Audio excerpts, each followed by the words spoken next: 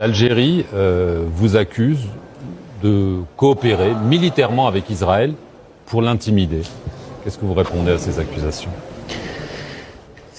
Bon, ça fait longtemps que j'ai arrêté de suivre ce que dit l'Algérie ou la diplomatie algérienne, parce que je vois qu'il y a beaucoup de contradictions, beaucoup de choses. Si ma mémoire est bonne, lorsque l'Algérie a décidé de rompre les relations, il y avait 6 ou 7 points. Pas seulement cette question-là. L'Algérie a évoqué le Sahara, l'Algérie a évoqué la guerre de 63, l'Algérie a évoqué beaucoup de choses. Je pense que c'était Talleyrand qui avait dit quand c'est excessif, lorsque c'est excessif, ça devient insignifiant. Et je pense que lorsqu'on est dans l'excès, on n'a plus d'impact. L'Algérie a pris des positions unilatérales, c'est son droit.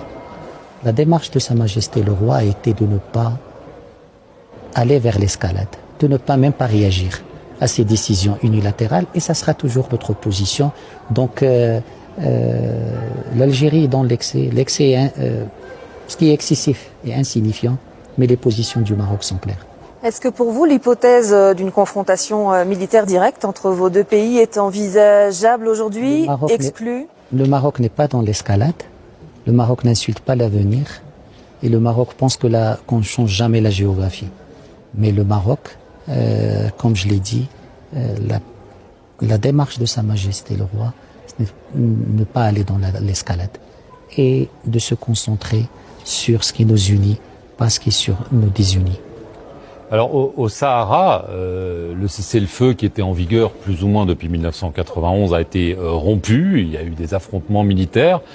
Est-ce que on est dans une situation de guerre, de quasi-guerre, ou est-ce que ça reste des petites escarmouches à vos yeux, militairement? Le Maroc est dans son territoire et le Maroc est dans sa légitime défense.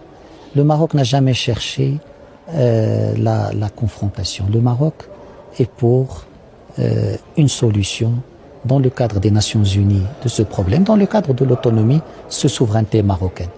Et ceux qui ont rejeté les résolutions du Conseil de sécurité, ce n'est pas le Maroc qui a sorti un communiqué en octobre pour dire « je rejette la résolution adoptée par le Conseil de sécurité ». C'est ce pays-là qui a officiellement rejeté la volonté de la communauté internationale.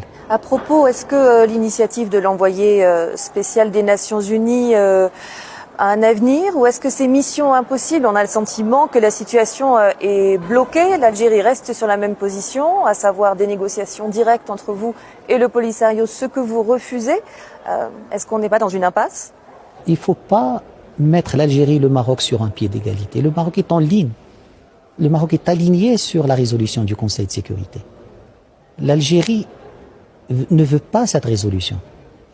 Donc pour le Maroc, il est à l'aise. L'envoyé personnel a un mandat, a un cadre d'action. Lui-même dit qu'il travaille pour les tables rondes. Si l'Algérie ne veut pas, c'est son problème. Mais est-ce que vous pensez que ça va se débloquer? Moi, je pense que, en tout cas pour le Royaume du Maroc, il y a une volonté pour trouver une solution dans le cadre de l'initiative d'autonomie marocaine, et rien que l'initiative d'autonomie marocaine. Le cadre, c'est un cadre des tables rondes, avec la participation de la véritable partie à ce différend régional. Dans ce couloir, demandez à n'importe quel diplomate. Le problème du Sahara, il est entre qui et qui. Lorsqu'on est un acteur de ce problème, et l'avantage de cette escalade algérienne, c'est que l'Algérie aujourd'hui a démontré qu'il est la véritable partie à ce problème. Dans la salle, il n'y a que l'Algérie qui prend la parole sur